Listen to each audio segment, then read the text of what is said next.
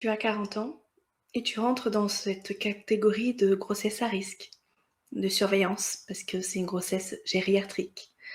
Et se couple à ça d'autres antécédents, d'autres grossesses ou des maladies. Et du coup, il y a une surveillance accrue avec une surmédicalisation, avec des médicaments, des suivis obstétricales. Et tout ça, ça t'installe dans une peur. Une peur de savoir si bébé va bien naître, si bébé sera en pleine santé, si moi, mon corps, va pouvoir soutenir et vivre cette expérience, si l'accouchement va très bien se passer. Et il y a toutes ces peurs qui remontent face aux médecins, face à ces vécus, face aux antécédents d'accouchement, aux antécédents d'autres personnes, d'autres femmes qui partagent comment ils ont vécu. Et là, on s'installe dans une spirale qui fait que on sent qu'on s'aligne sur une expérience d'accouchement, de grossesse, axée sur la peur. Et comment faire dans ce cas-là? C'est quelque chose que j'ai vécu personnellement. En 2025, j'ai vécu ma grossesse à 40 ans. Mais couplé à ça, j'avais un antécédent de prééclampsie. Et couplé à ça, un diabète de type 2. Donc je rentrais systématiquement dans une grossesse à risque, avec des suivis très rapprochés d'endocrinologie, de gynécologie. Et en plus, j'avais une mémoire traumatisante du premier accouchement où j'ai vécu une délivrance manuelle. Et je n'ai pas pu avoir mon enfant avec moi pendant 2 heures et vivre cette colle maternelle. Et cette peur de l'enfantement, cette peur d'accouchement était là et m'entraînait dans cette peur justement de faire naître ce bébé. Je pouvais être également installée dans la peur liée à la prééclampsie. La tension qui est là, qui s'élève, qui peut m'installer moi dans des difficultés et bébé dans des difficultés. Et puis le diabète de type 2, qu'est-ce que cela engendre pour mon bébé? Qu'est-ce que cela engendre pour moi? Quelle surveillance faire? Et je sais que je suis rentrée dans une surmédicalisation parce que j'avais mes piqûres d'insuline, j'avais des piqûres également pour la circulation sanguine. J'avais des petits médicaments à prendre en plus pour la circulation sanguine pour bébé. J'avais la surveillance accrue des échographies, la surveillance accrue pour tout ce qui est préclampsie à la fin de la grossesse.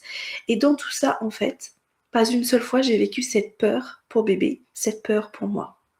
Oui, j'ai eu la peur de l'enfantement parce que j'avais encore des mémoires à libérer, mais je n'ai pas eu cette peur que peut générer tout le corps médical. Parce que j'ai su coupler à ça cette ouverture vers la communication avec bébé, vers la foi, vers, moi j'appelle ça, en le tout début, la conception spirituelle.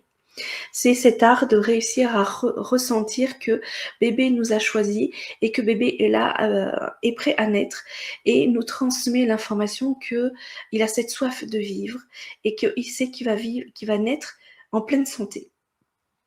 Oui, à 40 ans, je suis passée par l'analyse trisomique.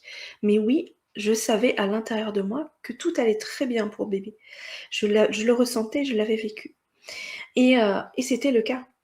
Et tout ça, qu'est-ce qui m'a aidée en fait? Moi, qu'est-ce que j'ai choisi de faire pour éviter de rentrer dans cette peur et dans cette surmédicalisation et dans cette spirale et de revivre un accouchement traumatisant? Eh bien, j'ai choisi de venir mettre du sacré, de remettre du spirituel dans cet enfantement, de réaliser des lectures akashiques. Je suis lectrice akashique et je l'ai vécu pour moi, pour m'aider moi déjà dans ce parcours-là. Donc pour rappel, l'akasha, c'est la dimension d'existence, c'est la dimension dans laquelle il y a toutes les mémoires de notre âme, les mémoires de l'univers, et qu'on peut venir consulter. Mémoire de vie antérieure, transgénérationnelle, les futurs potentiels, des mémoires de notre propre naissance et de naissance. On peut vraiment tout consulter, mais dans l'idée de venir évoluer soi. Et c'est ce que j'ai fait.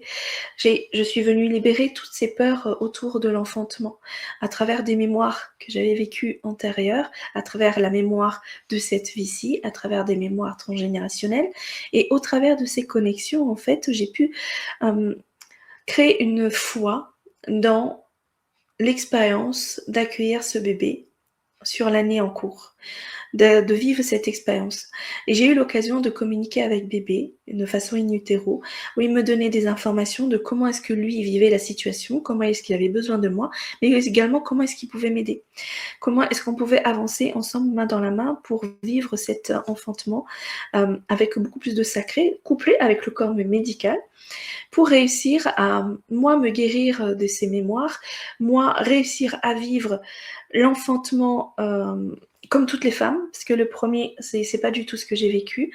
Et malgré le fait qu'il y a eu un déclenchement, mais qui était choisi, parce que c'est bébé qui m'a demandé à partir de quand c'était possible, et ben, la naissance est restée de façon sacrée.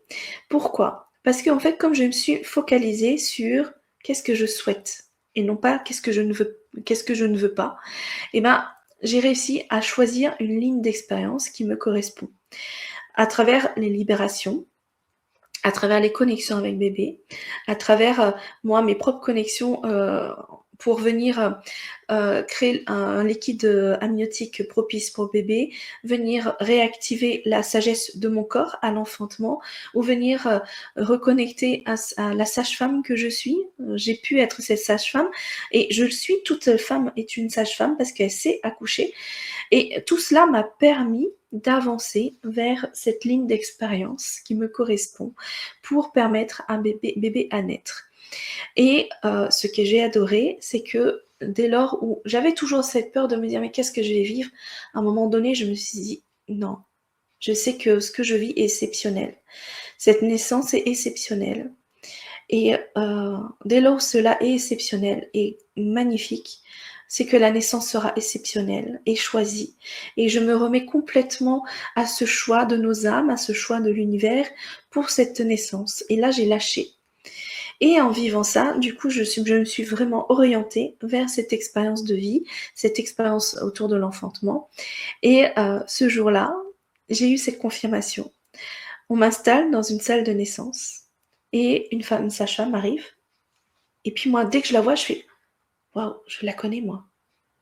Mais une reconnaissance, waouh. Et elle me regarde, elle me fait « Oh, on se connaît, nous. Je crois qu'on s'est déjà vus ». Je la regarde. Donc, je me souviens des sages-femmes que j'ai rencontrées pendant justement les visites à l'hôpital. Pas une seule fois je l'ai rencontrée. Mais je me suis dit, c'est une reconnaissance d'âme. Donc c'est elle qui va m'accoucher et là j'ai confiance et j'y vais. Et ça m'a énormément confortée parce qu'elle m'a vraiment aidée à cheminer sur cela. Elle m'a aidée à vivre cet accouchement physiologique. Déclenchement sans péridurale, accoucher à quatre pattes, respecter quand est-ce qu'il faut couper le cordon ombilical. Elle m'a expliqué, elle m'a montré vraiment tout la poche dans laquelle était bébé avec le cordon ombilical. Il y a eu vraiment ce respect en hôpital. Et ce que j'ai adoré le plus, c'est que je me suis dit, je ne peux pas accoucher à la maison. Je ne peux pas accoucher en maison de naissance, vu ma situation. Ok, j'accepte. Je ne peux pas accoucher dans l'eau. Ok, j'accepte. Mais ce que je demande le plus au monde, c'est que au moins l'accouchement que je vais permettre permet de changer la vision des choses pour au moins des personnes autour de moi, au moins une étudiante. Et ce jour-là, l'étudiante, elle était là. Et à la fin de l'accouchement, elle m'a dit « Je vous remercie du fond du cœur, c'était mon plus bel accouchement. » Le premier à quatre pattes et son plus bel accouchement. Et quelques heures après, j'ai appris qu'elle était là, elle allait être diplômée. Et que c'était parmi ses derniers accouchements qu'elle vivait là en tant qu'étudiante. Et je me suis dit « Ça y est, j'ai accompli ce que je souhaitais que les choses se fassent. » Donc voilà un peu comment est-ce que moi j'ai réussi à avancer dans une grossesse à 40 ans, dans la surmédicalisation, mais sans être dans la spirale de la peur et sans engendrer une naissance autour de la peur et tout ce qui peut s'enclencher avec des codes rouges, etc. Donc, et tout cela aujourd'hui, je l'ai réuni dans une académie, dans un portail qui s'appelle le portail de la naissance sacrée, où je partage vraiment tout ce que j'ai entrepris pour réussir à aller vers cela. Tout ce que j'ai entrepris également pour réussir à accueillir un bébé, parce qu'il y a également la conception spirituelle, il y a l'hygiène de l'âme. Comment est-ce que j'ai préparé mon âme à avoir ce nid vibratoire pour accueillir un bébé? Il y a vraiment toute cette partie-là, et il y a également la grossesse. Comment est-ce qu'on peut coupler le spirituel, remettre le sacré, remettre l'humain dans tout ce qui est médical aujourd'hui, et comment est-ce qu'on peut avancer comme ça avec le spirituel, le corps physique et tout l'accompagnement médical. Et puis il y a également une partie postpartum pour réussir à se renaître à soi-même, mais également aider un bébé à s'ancrer, parce qu'il a énormément besoin de ses parents dans ce moment-là, et ça permet de vous aider à avancer vers l'étape d'ancrage de bébé, et surtout communiquer avec lui parce qu'il a besoin d'être rassuré. Il atterrit dans un nouveau corps, dans quelque chose qu'il ne connaît pas forcément, et il apprend à découvrir comment ça fonctionne. Pourquoi j'ai mal au ventre et je pleure, donc c'est la faim, donc tiens, je t'explique pourquoi tu as faim, qu'est-ce qui se passe, je te donne à manger. Les selles, les douleurs, enfin tout ça, c'est important d'expliquer à un bébé pour qu'il puisse avancer vers une grande confiance et continuer à s'ancrer facilement auprès de ses parents.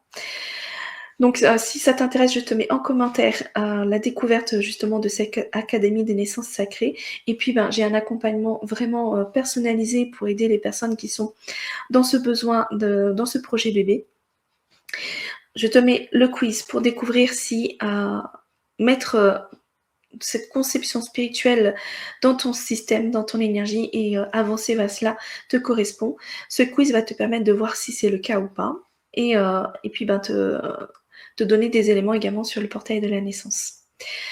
Moi, je vous dis merci de m'avoir écouté ici et maintenant, d'avoir écouté ce récit en toute bienveillance, d'accueillir ce qui résonne en vous, et de faire partager cette vidéo aux personnes à qui vous sentez que cela pourrait correspondre, à qui cela pourrait faire résonance. Et en tout cas, pour les personnes qui sentent l'appel, c'est avec un grand plaisir, un grand honneur que je vous accompagne avec les lectures akashiques dans cette conception spirituelle, dans cette ouverture justement à une grossesse akashique sacrée, et puis dans cette partie postpartum.